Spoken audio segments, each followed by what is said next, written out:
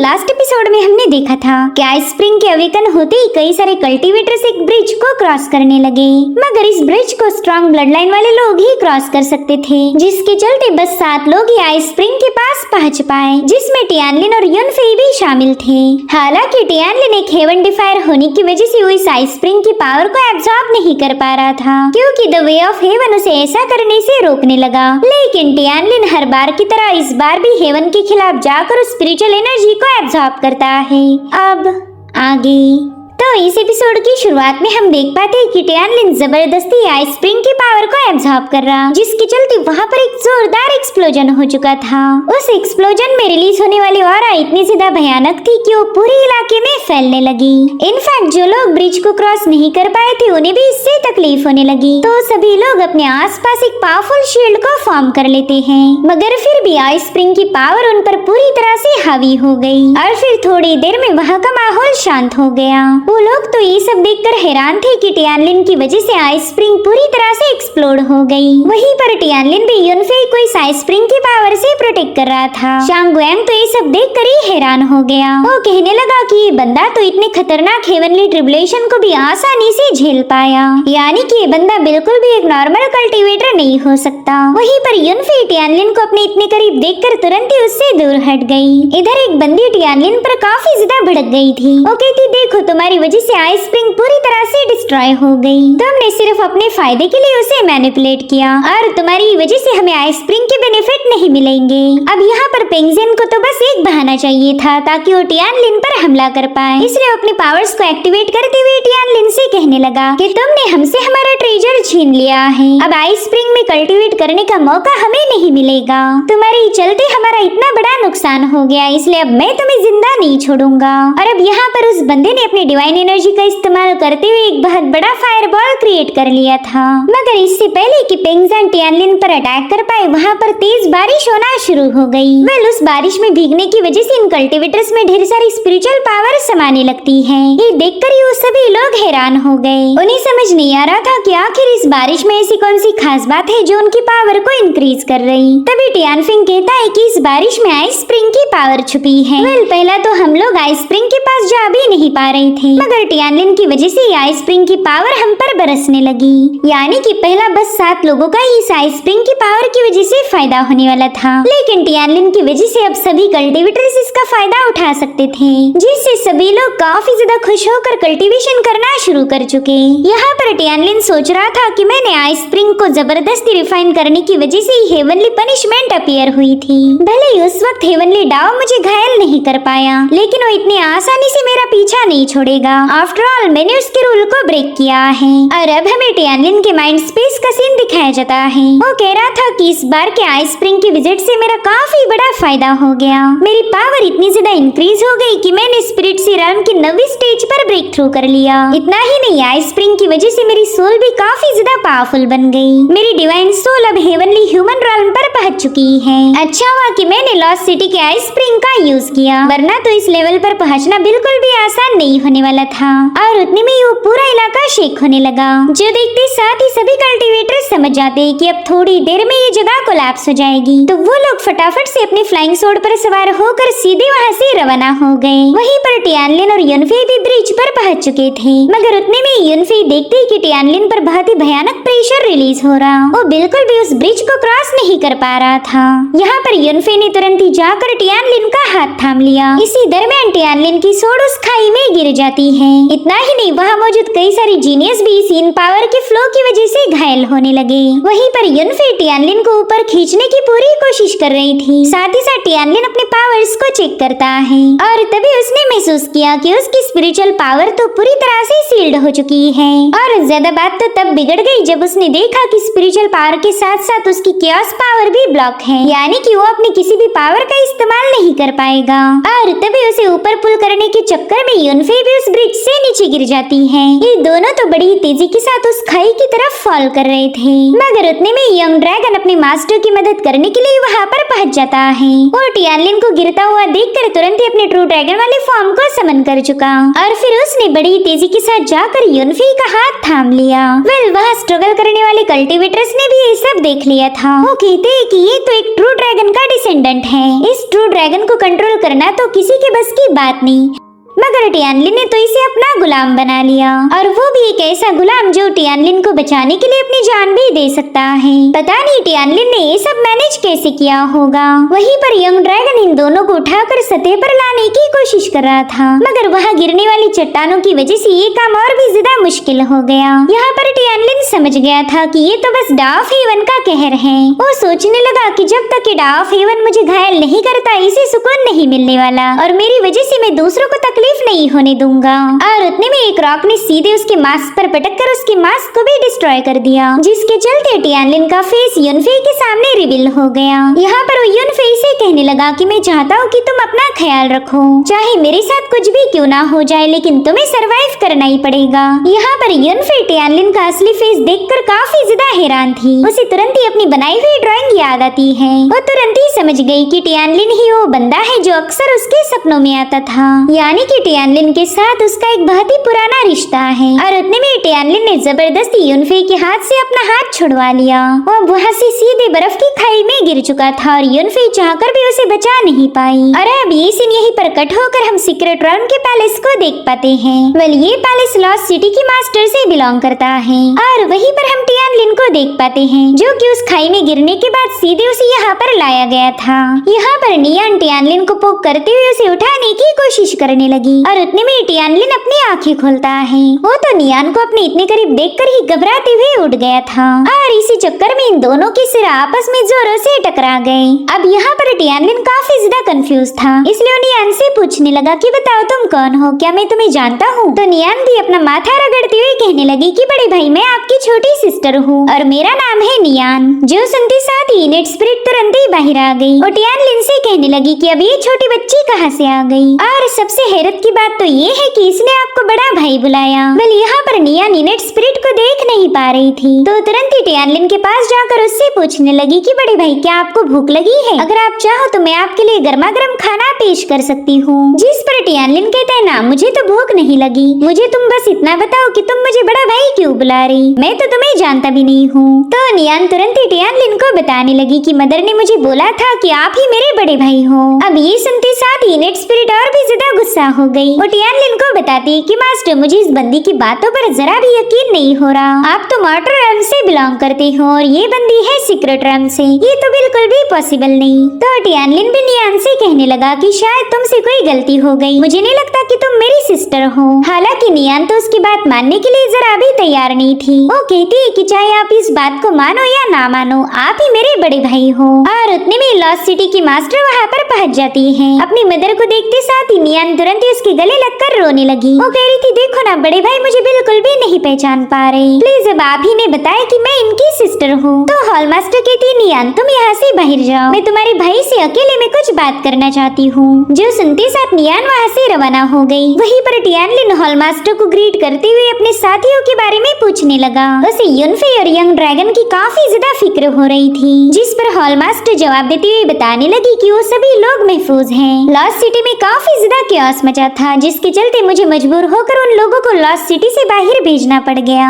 जो सुनते साथ ही टियानलिन की जान में जान आ गई। युनफे के महफूज होने की खबर से उसे थोड़ी सी राहत मिल गई। और उतने में हॉल मास्टर उससे कहने लगे कि टियानलिन मैं जानती हूँ तुम्हारे दिल में कई सारे सवाल होंगे, तुम्हें इस बात पर यकीन नहीं होगा कि नियान तुम्हारी सिस्टर है, मगर ये बात पूरी तरह से सच है, भला मैं तुमसे झूठ क्यों बोलूंगी। जिस पर टियानलिन कहता है कि मैं तो पहला कभी सीक्रेट रेल्म में आया भी नहीं था, तो फिर आप ये बात दावे के साथ कैसे कह सकती हो कि नियान मेरी छोटी सिस्टर है। तो हॉल मास्टर उसे बताने लगी कि हमारी लॉस्ट सिटी का आइस स्प्रिंग पूरे ईस्टर्न वेस्टलैंड में फेमस है। इसकी पावर्स का इस्तेमाल करते हुए वॉरियर्स अपनी कल्टीवेशन को काफी ज्यादा इम्प्रूव कर सकते हैं। भले ही पूरी दुनिया इसका फायदा उठा पाए, लेकिन हमारे लिन क्लैन की होली रेसी इसका बेनिफिट नहीं उठा सकती। जैसा कि तुम भी आइस स्प्रिंग की पावर को एब्जॉर्ब नहीं कर पा रहे थे, और वैसे सेम सिचुएशन नियान की है, वो भी इस आइस स्प्रिंग की पावर का यूज नहीं कर सकती। इनफैक्ट तुम्हारे फादर भी कभी भी इस आइस स्प्रिंग का बेनिफिट नहीं उठा पाए। यहाँ पर अपने फादर का जिक्र सुनते ही टियानलिन काफी ज्यादा हैरान था और अब सीन शिफ्ट होकर हमें टी पवेलियन का हॉल दिखाया जाता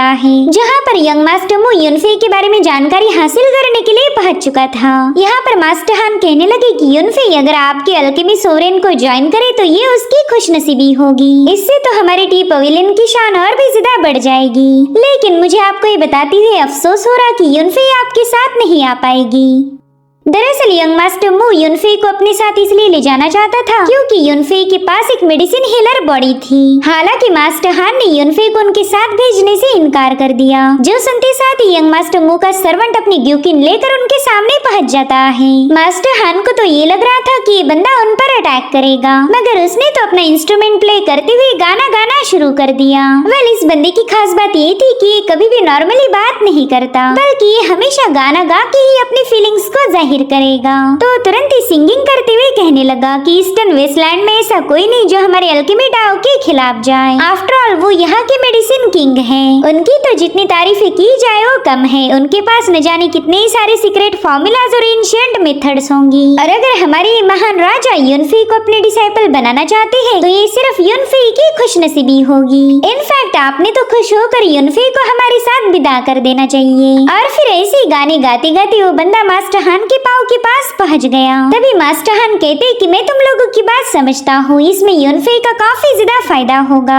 लेकिन मेरी डिसाइपल युनफे ऑलरेडी किसी और को पसंद करती है तो वो तुम लोगों के साथ नहीं जाएगी। जिस पर वो डिसाइपल दोबारा से गाना गाते हुए बताने लगा कि हम जानते हैं युनफे टियानलिन को पसंद करती है, मगर वो बंदा तो लॉस्ट सिटी के एबिस में गिर के ही मारा गया। तब से उसकी कोई खबर नहीं आई। तो मेरे ख्याल से युनफे ने अपना वक्त एक मरे हुए बंदे पर जाया नहीं करना चाहिए।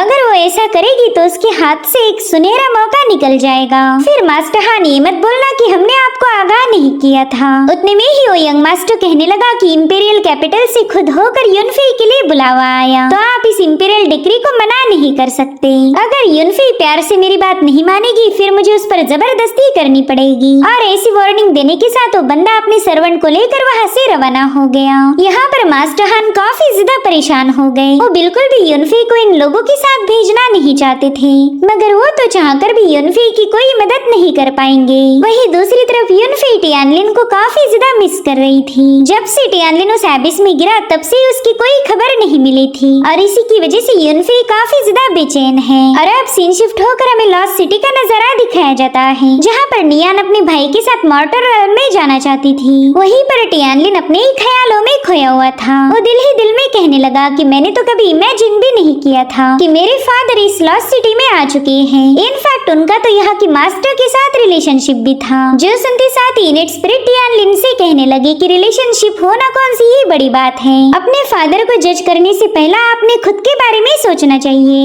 आपकी भी ऐसी कई सारी लवर्स है जो आपसे दिलो जान से प्यार करती, यानी कि आप भी कोई दूध के धुले नहीं हो। जिस पर टियानलिन कह रहा था हाँ तुम तो बस मेरे ही पीछे पड़ी रहो। जैसे ही मौका मिला तुमने मुझे ताने मारना शुरू कर दिए। और उतने में हॉल मास्टर टियानलिन से कहने लगी कि नियान तुम्हारे साथ बाहर की दुनिया में आना चाहती है, तो मैं चाहती हूँ कि तुम वहाँ पर नियान का पूरा ध्यान रखो। तो टियानलिन उनके सामने रिस्पेक्ट पेश करते हुए बताने लगा कि कियान डोमेन में तो मेरे ढेर सारे दुश्मन हैं। वो लोग कभी भी मुझ पर हमला कर सकते हैं, तो मुझे डर है कि कहीं मेरी वजह से नियान की जान खतरे में न पड़ जाए। जिस पर हॉल मास्टर कहती है कि तुम नियान की ज्यादा फिक्र मत करो, इसका भी मेरे पास एक तरीका है और मैं नियान का दिल तोड़ना नहीं चाहती। और फिर उन्होंने एक जेड पेंडेंट को समन कर लिया। वो टियानलिन को बताने लगी कि ये तुम्हारे फादर की निशानी थी। इस जेड पेंडेंट में तुम्हें ऐसी कुछ सीक्रेट टेक्निक मिलेगी जो कि स्पिरिट सी को टेम्पर कर सकती है। तो ये जेड पेंडेंट तुम अपने पास रखो, ये तुम्हारे काफी ज्यादा काम आएगा। तो टियानलिन उस पेंडेंट को एक्सेप्ट करते हुए अपनी मदर को गुड बाय बोलता है। और अब वो लोग एक स्पिरिचुअल परिंदे पर सवार होकर वहाँ से रवाना हो गए। और अब काफी देर गुजरने के बाद ये लोग इंपीरियल कैपिटल में पहुँच चुके थे। इस कैपिटल को देखकर तो नियान काफी ज्यादा खुश हो गई। साथ ही साथ उसे आसमान में कई सारे लैंटर्न्स नजर आने लगे। तो टियानलिन उसे उसे बताने लगा कि शायद आज यहाँ पर दियो का त्योहार मनाया जा रहा। यहाँ पर टियानलिन अपनी सिस्टर को काफी ज्यादा प्यार दिखा रहा था और जो देखते साथ ही नेट स्पिरिट को थोड़ी सी जेलसी फील होने लगी। जिसके बाद हमें इंपीरियल कैपिटल के मार्केट का इलाका दिखाया जाता है, जहाँ पर आज काफी ज्यादा चहल पहल थी।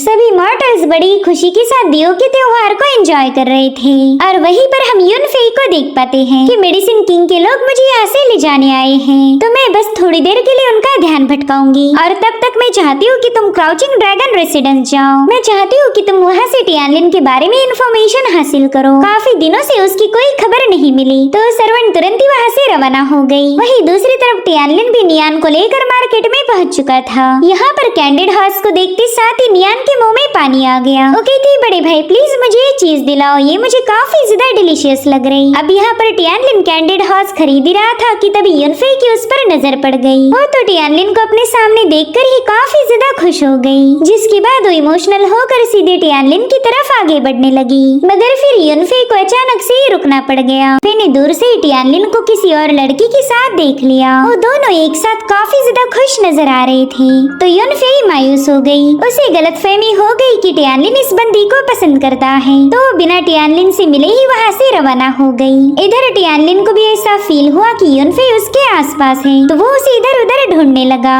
वहीं दूसरी तरफ युनफेई रोते हुए अपने पवेलियन की तरफ वापस जा रही थी। उसे लगा था कि टियानलिन उससे प्यार करता है, मगर किसी और को उसके साथ देखकर उसका दिल पूरी तरह से टूट गया। युनफेई को कोई आइडिया नहीं थी कि टियानलिन और नियान सिबलिंग्स हैं, और उतने में ही टियानलिन ने उसे आवाज लगाई, तो युनफेई उसे ऐसा दिखाती है कि उनकी मुलाकात तो इत्तेफाक से हो गई। तभी टियानलिन उसे थोड़ा सा पैनिक होते हुए पूछने लगा कि युनफेई बताओ मुझे क्या हुआ, तुम मुझे काफी ज्यादा अपसेट नजर आ रही हो। इतना नाराज तो मैंने तुम्हें पहले कभी नहीं देखा। यहाँ पर युनफेई को समझ नहीं आ रहा था कि वो टियानलिन को क्या जवाब दे। वो उसे बताना चाहती थी कि तुम्हें किसी और के साथ देखकर मुझे दर्द हुआ, मगर वो टियानलिन को खुश देखना चाहती है, इसलिए वो तुरंत ही टॉपिक को बदलते हुए बताने लगी कि यंग मास्टर मैं यहाँ से जाने वाली हूँ।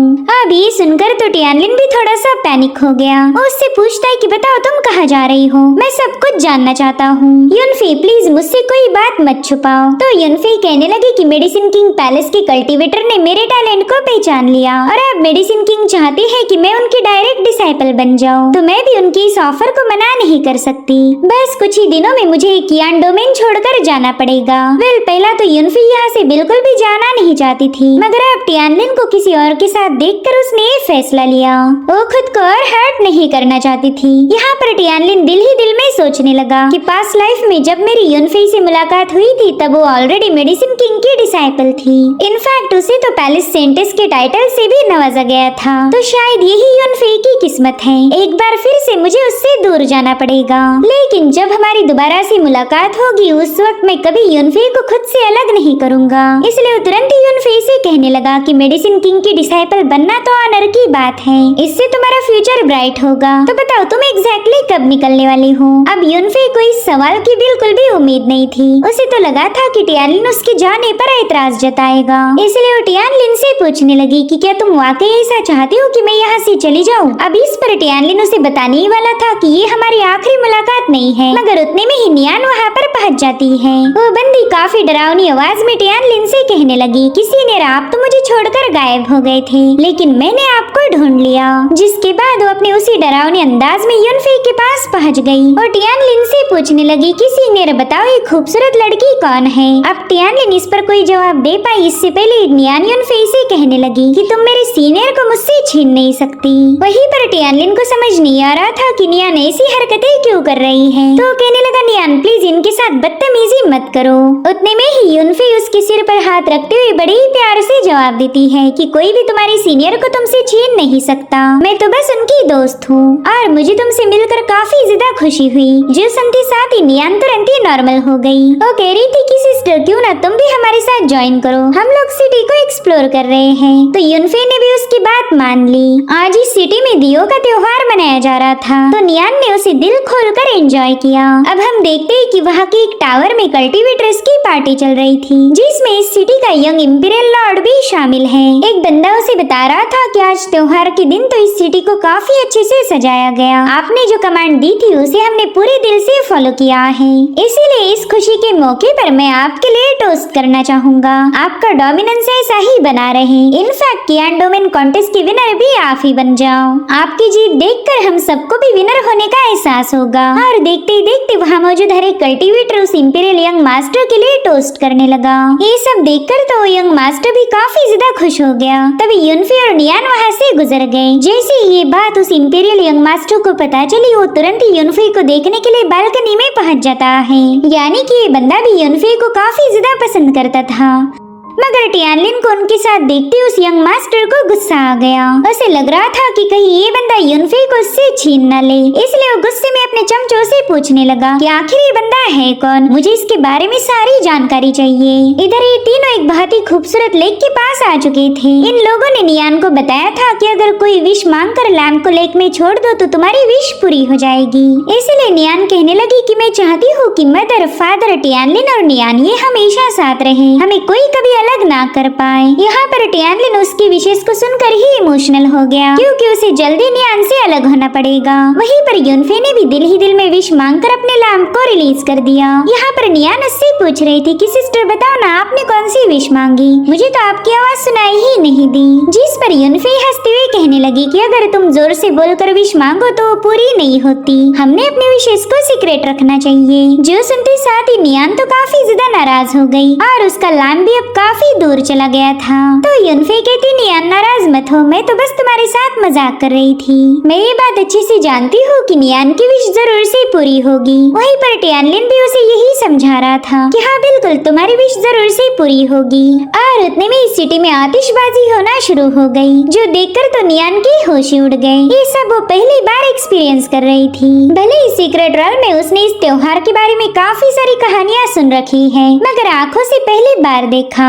तो इस तरह से इंपीरियल कैपिटल में दियो का त्योहार पूरा हो चुका था। अब अगले दिन टियानलिन युनफे से मिलने के लिए टी पवेलियन में पहुंच जाता है, लेकिन मास्टर हान ने उसे बताया कि युनफे तो कल रात ही इंपीरियल कैपिटल छोड़कर जा चुकी है। दरअसल मेडिसिन किंग के एनवॉय उसे लेने के लिए आए हुए थे, तो उनके साथ त्योहार खत्म होते ही चली गई। ये सब सुनकर ही टियानलिन काफी ज्यादा मायूस हो गया। वो नाराज होकर तुरंत ही वहाँ से जाने वाला था कि तभी मास्टर हान ने उसे रोक लिया। वो कहने लगी कि युनफे ये चीजें तुम्हारे लिए छोड़ गई है। दरअसल युनफे ने टियानलिन के लिए एक लेटर और एक एलिक्सर का कंटेनर रखा हुआ था, तो टियानलिन ने सबसे पहला उस लेटर को ग्रैब कर लिया। वहीं पर मास्टर हान कहने लगे कि युनफे जानती थी कि तुम डिमोनिक पावर्स को कल्टीवेट करते हो, जिससे आगे चलकर तुम्हें बहुत ही भयानक बैकलैश को झेलना पड़ेगा। तो युनफे ने मुझसे एक स्पेशल रिक्वेस्ट की थी कि मैं तुम्हारे लिए डीमन स्पिरिट पिल रिफाइन करूं। वैसे तो मैं राइचस पाथ का फॉलोअर हूँ, तो डिमोनिक पिल्स को रिफाइन करना मेरी डिग्निटी के खिलाफ है, लेकिन मैं युनफे की रिक्वेस्ट को नजरअंदाज नहीं कर सकता। पता नहीं फिर उसकी और मेरी मुलाकात कब होगी, तो मैं उसकी इस फाइनल विश को इनकम्प्लीट नहीं रख सकता था।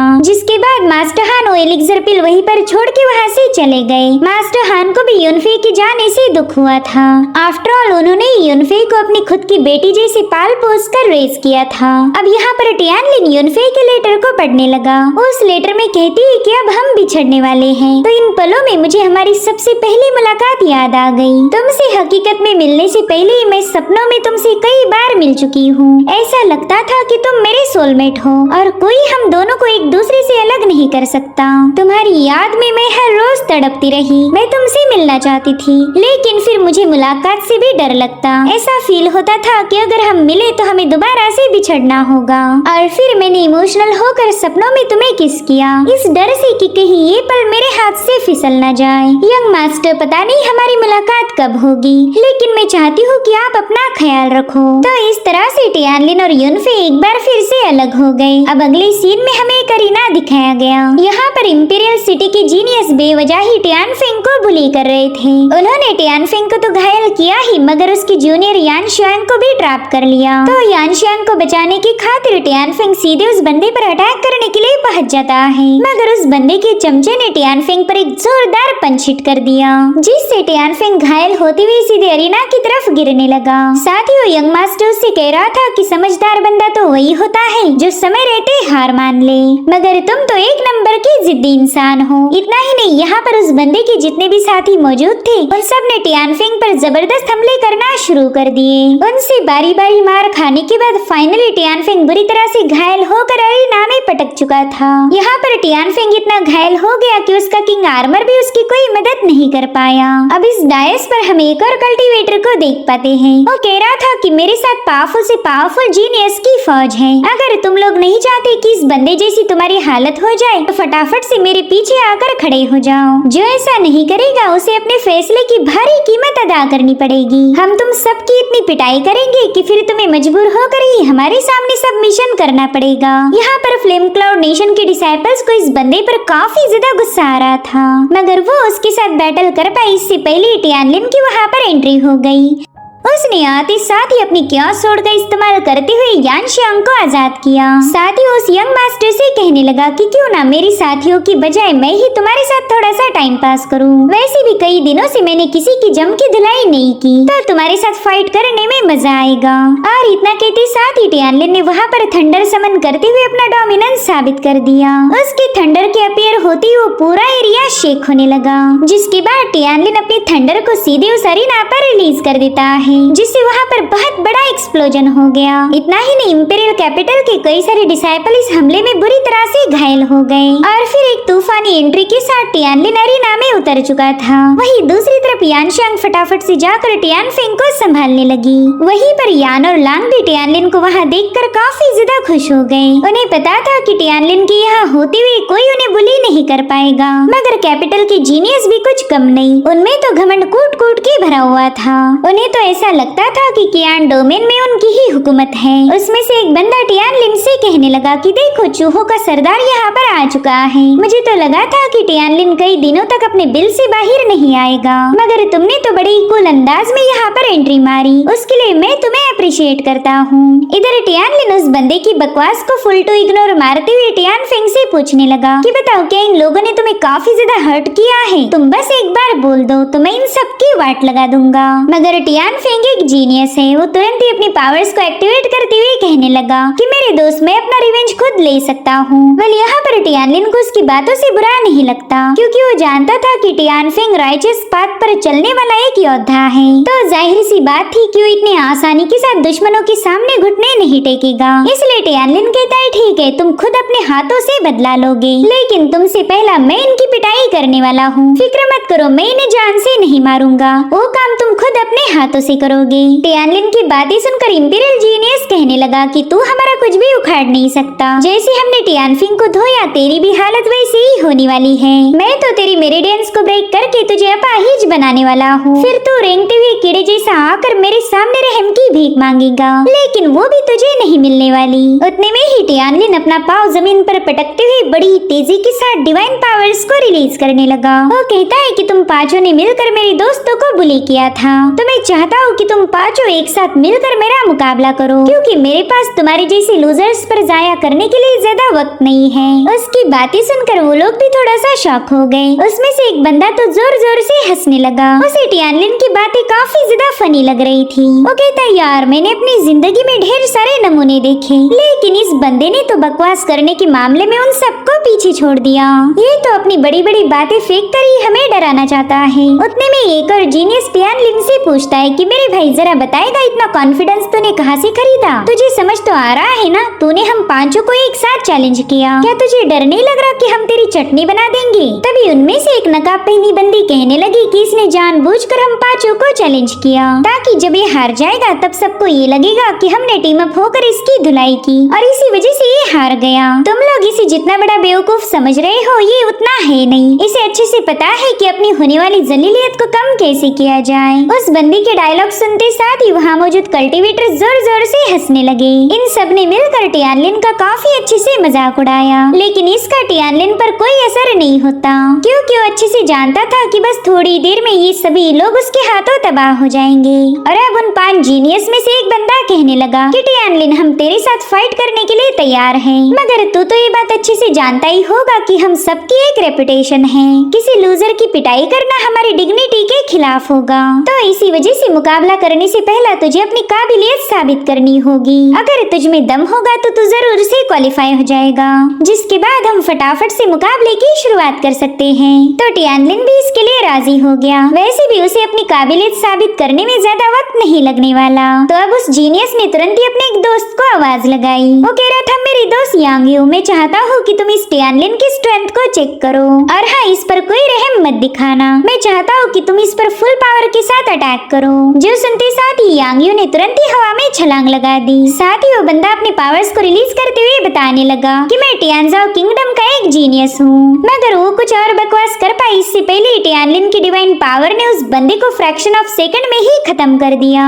जहाँ पर इंपीरियल कैपिटल के सभी जीनियस ने टियानलिन को चारों ओर से घेर लिया। टियानलिन ने अपनी काबिलियत साबित कर दिखाई थी, तो उन्होंने भी उसके फाइट के चैलेंज को एक्सेप्ट कर लिया। अब ये लोग अपनी माइंड पावर का यूज करते हुए सीक्रेटली बात करने लगे। वो कहते हैं कि इस बंदे ने तो युयांग को अपने एक ही मूव में मार दिया। लगा नहीं था कि युयांग का चैप्टर इतनी जल्दी क्लोज हो जाएगा। जिस पर दूसरी बंदी कहने लगी कि पता नहीं टियानलिन कल्टीवेशन की कौन सी लेवल पर होगा। तो उनका लीडर कह रहा था कि कल्टीवेशन का तो पता नहीं, मगर ये बंदा काफी ज्यादा भयानक है। अगर इसे जिंदा छोड़ा तो ये हमारे लिए बहुत बड़ी मुसीबत खड़ी कर सकता, और मैं इसे दुश्मन को पनपने नहीं दूंगा। ये अभी तक ज्यादा पावरफुल नहीं बना, तो हमने इसे आज यहीं पर एलिमिनेट करना चाहिए। तभी उनमें से एक बंदा कह रहा था कि टियानलिन कियान डोमेन कॉन्टेस्ट का पार्टिसिपेंट है। अगर हमने इसे मार दिया तो एम्परर काफी ज्यादा भड़क जाएंगे। उन्होंने कॉन्टेस्ट के पहले हर एक बैटल से मना किया है। तभी एक दूसरा जीनियस कह रहा था कि भले एम्परर ने फाइट करने से मना किया हो, लेकिन ये मत भूलो कि एम्परर का बेटा हमारा दोस्त है। उसने तो खुद ही बोला था कि जो भी बंदा युनफे के करीब जाने की कोशिश करेगा उसका काम तमाम कर दो। तो अब हम इस टियानलिन को खत्म करके एम्परर को बता देंगे कि हमने उन्हीं के बेटे के ऑर्डर को फॉलो किया है। इधर टियानलिन इनकी बातें बिल्कुल भी सुन नहीं सकता था, मगर उसे ये बात तो समझ आ गई कि ये लोग उसे जान से मारने की प्लानिंग बना रहे। इसलिए उन सभी जीनियस से कहने लगा कि बेवजह वक्त जाया मत करो, जल्दी से मुकाबले को शुरू करो। जो सुनते साथ ही उसमें से एक बंदे ने हवा में छलांग लगाते हुए एक बहुत ही स्पेशल आर्टिफैक्ट को बाहर निकाल लिया। वेल, इसे लियोटियन फॉरबिडन डोमेन कहा जाता था। उसने जैसे इस आर्टिफैक्ट को एक्टिवेट किया, वहाँ पर फटाफट से एक शील्ड फॉर्म हो गई, जो देखकर ही अरीना में मौजूद सभी कल्टीवेटर्स हैरान हो गए। वो कह रहे थे कि ये तो ची टियानली का फॉरबिडन कंपास है। वो बंदा इसे तभी यूज करता जब किसी को जान से मारना हो, यानी कि ये लोग टियानलिन को खत्म करने की फिराक में हैं। यहाँ पर मौजूद हर एक कल्टीवेटर जीनियस डिसाइपल्स की इन हरकतों को देखकर शॉक थे। उन्हें तो लगा ही नहीं था कि ये सभी लोग टीम अप होकर एक बंदे को खत्म करने के प्लान बनाएंगे। इधर जीनियस कल्टीवेटर टियानलिन से कह रहे थे कि आज तो इस बात में कोई शक नहीं कि तू हमारा शिकार बनेगा। और अब उनमें से एक बंदे ने अपनी पावर्स का यूज करते हुए टियानलिन को जकड़ लिया। वहीं पर दूसरे बंदे ने अपनी स्पिरिचुअल लायन को समन किया था। इसे evil fire burning heaven technique भी कहा जाता है। वहीं पर उस नकाब वाली बंदी ने अपने वाटर ड्रैगन को समन किया। साथ ही एक दूसरी जीनियस ने अपनी सबसे भयानक मूव माउंटेन एंड रिवर्स को एक्टिवेट किया था। और आखिर में उनके लीडर ने विंड एंड ब्लेड स्ट्राइक का यूज किया।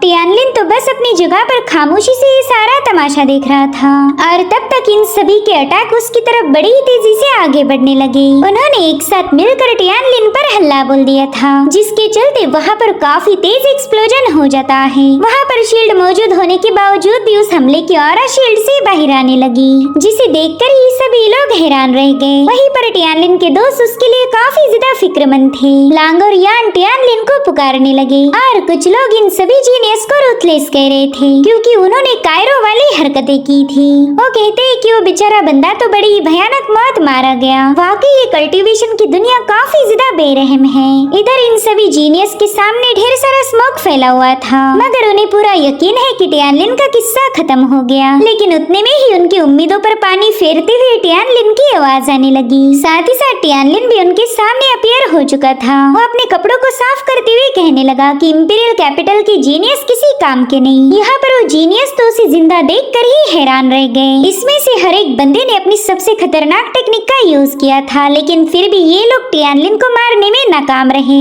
साथ ही उन्होंने देखा कि एक बहुत ही भयानक एनर्जी टियानलिन की बॉडी को महफूज रख रही है। दरअसल ये टियानलिन के डीमन गॉड ट्रांसफॉर्मेशन टेक्निक का कमाल था। और तभी एक जीनियस उससे कहने लगा कि इस बंदे के पास तो बीस्ट किंग बॉडी है। मगर तभी एक बंदी कहने लगी कि ना, ये उसकी फिजिक का कमाल नहीं, बल्कि ये तो उसकी किंग लेवल की टेक्निक है। उसकी बस एक ही टेक्निक ने हमारे सारे हमलों को फेल कर दिया। जो सुनते साथ ही टियानलिन कह रहा था, अरे वाह, तुम तो काफी ज्यादा समझदार हो। और अब यहाँ पर दोबारा से एक बार फाइट शुरू हो गई। एक बंदे ने टियानलिन पर अचानक से ही हमला कर दिया, मगर टियानलिन तो उसे पतंग जैसे उड़ा देता है। जो देखते साथ ही दो जीनियसेस ने मिलकर एक साथ ही टियानलिन पर हमला कर दिया, मगर टियानलिन एक का भाला और दूसरे की सोड़ को एक साथ ही रोक रहा था, जो देखकर ही उन दोनों के भी होश उड़ गए। और फिर टियानलिन ने उन्हें भी हवा में उड़ाते हुए अपने जबरदस्त पंचे सेट करना शुरू कर दिए। टियानलिन के लातों और मुक्कों का इन जीनियस के पास कोई जवाब नहीं था, और साथ ही टियानलिन को भी इन्हें कूटने में काफी ज्यादा मजा आने लगा।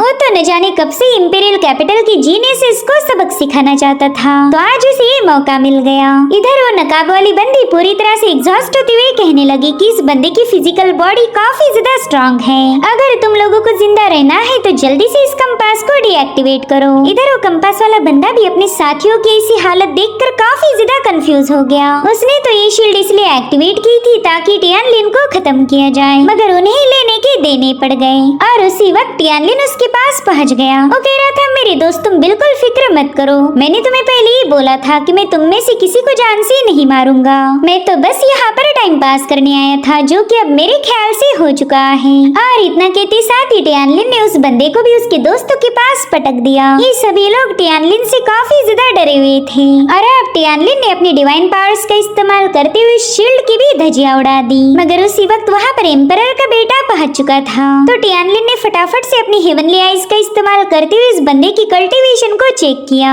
और समझ गया था कि ये बंदा ओरिजिन realm का एक्सपर्ट है। साथ ही इसकी सोल भी हेवनली रैंकिंग की तीसरी ग्रेड पर पहुंच चुकी थी, और इसने already jade heaven imperial body को अवेकन किया। वेल, इसका नाम था जियांगजेंग, और ये इस एम्पायर का होने वाला एम्परर है। टियानलिन सोचता है कि ये बंदा पास्ट लाइफ में इतना पावरफुल नहीं था, मगर इस बार ये काफी ज्यादा स्ट्रॉन्ग बन चुका है। और उतने में जियांगजेंग ने अपनी हेवनली पाम को समन करते हुए सीधे टियानलिन को सप्रेस करना शुरू कर दिया। उसका हेवनली पाम बड़ी तेजी के साथ टियानलिन पर हमला करने ही वाला था, लेकिन तभी एक स्ट्रॉन्ग एनर्जी ने आकर जियांगजेंग के अटैक को ब्लॉक कर दिया। एक सेकंड के लिए तो जियांगजेंग भी इस एनर्जी को देखकर काफी ज्यादा हैरान था, क्योंकि ये ट्रू ओरिजिन की पावर है। तो उसने पलट कर देखा कि आखिर ये पावर किससे बिलोंग करती। दरअसल ये टियानलिन की सिस्टर नियान का कमाल था। यहाँ पर उसकी बॉडी से बहुत ही स्ट्रॉन्ग एनर्जी रिलीज होने लगी। साथ ही वो एकदम डरावने अंदाज में उससे पूछती कि बताओ, मेरे भाई को बुली करने की तुम्हारी जुर्रत कैसे हुई। ये भयानक नजारा देखते साथ ही जियांगजेंग तो डर के मारे पीछे हट गया। साथ ही साथ वो नियान से पूछ रहा था कि आखिर तुम कौन हो, मगर नियान कहाँ ही उसका जवाब देने वाली थी। उसने तो फटाफट से आइस लैंसेस को फॉर्म कर लिया, मगर वो जियांगजेंग पर हमला कर पाई इससे पहले वहाँ पर काफी स्ट्रॉन्ग प्रेशर रिलीज होने लगता है। उस पावरफुल एनर्जी की वजह से सभी लोग घुटनों पर आ गए, और तभी वहाँ पर एक एल्डर की एंट्री हो गई, जो कि एम्परर के खास थे। वो कहने लगे कि जल्दी कियान डोमेन कंपटीशन होने वाला है, और उस कॉन्टेस्ट से पहला एम्परर ने बताया था कि कोई भी प्राइवेटली फाइट नहीं करेगा, मगर तुम लोगों ने पूरी तरह से केयरफ्री होकर रूल्स को ब्रेक किया। क्या तुम्हें लगता है कि मेरी तुम पर नजर नहीं थी? वहीं पर टियानलिन अपनी सिस्टर को संभालने के लिए उसके पास आ चुका था, और तब तक उस एल्डर ने भी अपने हेवनली प्रेशर को हटा दिया। इधर नियान तो जियांगजेंग पर अभी भी भड़की हुई थी, तो टियानलिन अपनी सिस्टर को बड़े ही प्यार से समझाने लगा कि नियान देखो, फाइट रुक चुकी है, चलो अब तुम भी शांत हो जाओ। जो सुनते साथ ही नियान होश में आ गई। उसकी डिमोनिक पावर वैनिश होती ही वो पूरी तरह से सहम गई, जिसके बाद उस एल्डर को बताती है कि इन सब ने मिलकर मेरे बड़े भाई को बुली किया, मैं तो बस मेरे बड़े भाई को प्रोटेक्ट करने की कोशिश कर रही थी। जो सुनते साथ ही वो एल्डर जियांगजेंग से कहने लगे कि यहाँ पर जो कुछ भी हुआ है मैं उसकी सारी खबर एम्परर को देने वाला हूँ। जिस पर जियांगजेंग कह रहा था कि आपको जो सही लगे वो करो, मुझे इससे कोई फर्क नहीं पड़ता। और अब यहाँ पर जियांगजेंग ने इन सभी कल्टीवेटर को वार्निंग देना शुरू की। वो कह रहा था कि तुम में से जितने भी लोग मेरे सामने खुद होकर सबमिट करेंगे उन्हें मेरा प्रोटेक्शन मिलेगा। उन बंदों पर कोई भी हमला करने की जरूरत नहीं दिखाएगा, और जिन भी लोगों ने मेरे सामने सबमिट नहीं किया मैं उन्हें अपना दुश्मन मानूंगा। और मेरा यकीन करो, जियांगजेंग के साथ दुश्मनी तुम्हें महंगी पड़ेगी, चाहे तुम हमारे डोंगजियान एम्पायर के कल्टीवेटर ही क्यों ना हो। मैं उस बंदे पर जरा भी रहम नहीं दिखाऊंगा। यहाँ पर सीधे उसने टियानलिन को ताना मारा था और अब टियानलिन को धमकाने के बाद वो बंदा वहाँ से रवाना हो गया। इधर ये सभी जीनियस भी टियानलिन की मार खाकर एग्जॉस्ट होकर वापस लौट रहे थे और उतने में वो एल्डर बताने लगे कि बस 2 महीनों के अंदर ही कियान डोमेन कंपटीशन शुरू हो जाएगा। वो कंपटीशन यहाँ से काफी ज्यादा दूर होने वाला है, तो हम ठीक 15 दिनों के बाद ही यहाँ से ट्रैवल करेंगे। तो मैं चाहता हूँ कि इन 15 दिनों के ड्यूरेशन में कोई भी आपस में फाइट नहीं करेगा। अगर इतना सब बताने के बावजूद भी किसी ने मेरे हुक्म की नाफरमानी की तो मैं उसकी रैंकिंग को छीन लूंगा।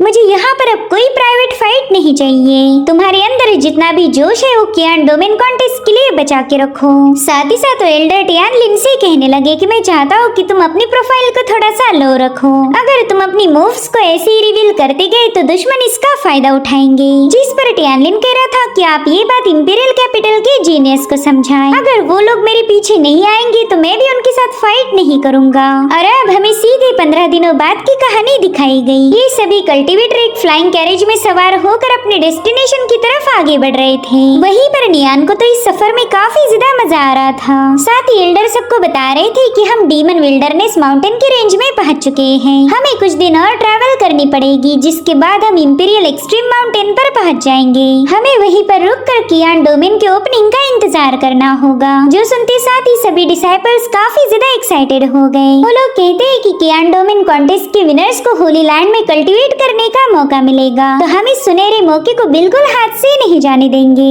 वहीं पर हम टियानलिन को देख पाते जो कि फिलहाल कल्टीवेशन करने में बिजी था। वो कह रहा था कि मेरा स्पिरिट सी अब पूरी तरह से कंप्लीट हो चुका, तो मैंने अब टेम्परिंग के लिए शुरुआत करनी चाहिए। जिसके बाद वो अपना जेट टोकन बाहर निकाल लेता है, जो कि टियानलिन के फादर ने उसके लिए रखा हुआ था। वो कहता है कि फादर ने छोड़ी हुई टेम्परिंग मेथड में कुछ तो स्पेशल जरूर होगा। और अब यहाँ पर टियानलिन दोबारा से कल्टीवेशन में बैठ गया। यहाँ पर हमें उसके माइंड स्पेस का सीन दिखाया गया, जहाँ पर टेम्परिंग मेथड की सारी इंस्ट्रक्शंस लिखी गई थी। इस मेथड के अकॉर्डिंग टियानलिन को अपनी सोल को एज ए हैमर यूज करना होगा। अगर उसने अपनी सी ऑफ कॉन्शियसनेस को अपनी सोल से टेम्पर किया तो वो अपनी ट्रू ओरिजिन की पावर को अवेकन कर पाएगा। अब टियानलिन इसी बारे में सोच ही रहा था कि तभी वो फ्लाइंग कैरेज काफी जोरों से शेक होने लगी। यंग ड्रैगन भी ये सब देखकर थोड़ा सा पैनिक हो जाता है। दरअसल इनकी फ्लाइंग कैरेज को डिमोनिक बीस्ट ने चारों ओर से घेर लिया था और तभी एक डीमन उनके सामने आकर कहने लगा कि तुमने हमारे इलाके में दाखिल होने की जरूरत दिखाई। सो अगर तुम अपनी सारी एलिक्सर पिल्स और ट्रेजर हमारे हवाले करो तो मैं तुम्हें जिंदा छोड़ दूंगा। जिस पर वो एल्डर सामने आते हुए बताने लगे कि हम डोंगजियान इंपीरियल डायनेस्टी के लोग हैं। हम यहाँ से इंपीरियल एक्सट्रीम माउंटेन की तरफ जाना चाहते ताकि हम लोग कियान डोमेन कंपटीशन में पार्टिसिपेट कर पाएं। इसलिए सर मैं आपके सामने रिक्वेस्ट करता हूँ, प्लीज हम पर रहम दिखाएं। दरअसल ये इलाका डिमोनिक बीस्ट का था और इसी वजह से मास्टर इतने प्यार से बात कर रहा है।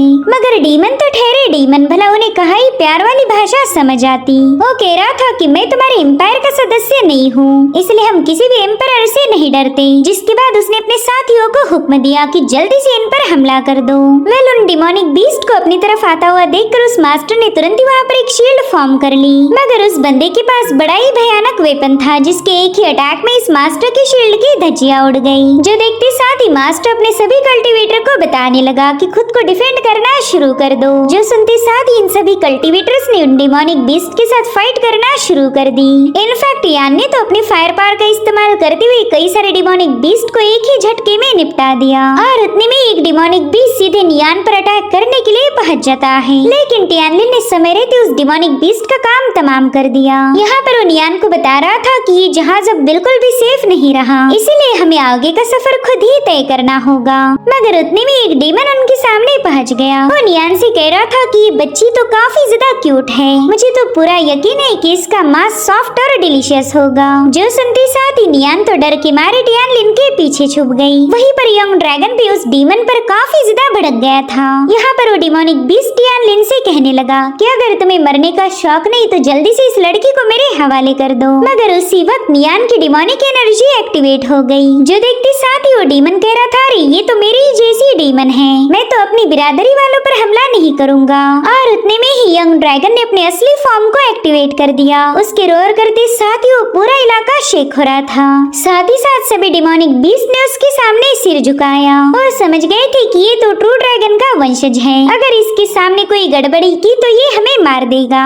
इधर वो डीमन जो नियान को खाने की बातें कर रहा था, वो तो ट्रू ड्रैगन को देखते ही डर के मारे कांपने लगा। वो टियानलिन से कहने लगा कि प्लीज अपने ड्रैगन को कंट्रोल करो, मगर टियानलिन उसे कोई जवाब नहीं देता। वो तो सीधे नियान को लेकर अपने ट्रू ड्रैगन पर सवार हो गया। अब ये लोग वहाँ से जाने वाले थे कि तभी आसमान में एक पोर्टल ओपन होकर उसमें से बहुत ही खतरनाक डिवाइन पावर रिलीज होने लगी। वो फ्लक्चुएशंस इतने ज्यादा पावरफुल थे कि उन्होंने फ्लाइंग कैरेज को डिस्ट्रॉय कर दिया। तो टियानलिन ने भी फटाफट से अपने ड्रैगन के आसपास एक शील्ड को फॉर्म कर लिया, मगर वो एनर्जी फ्लक्चुएशन उसकी शील्ड को भी ब्रेक कर देता है। वेल, यहाँ पर इतनी भयानक एंट्री किसकी हुई थी ये हमें अगले एपिसोड में पता चलेगा। और इसी के साथ ये एपिसोड यहीं पर एंड हो जाता है।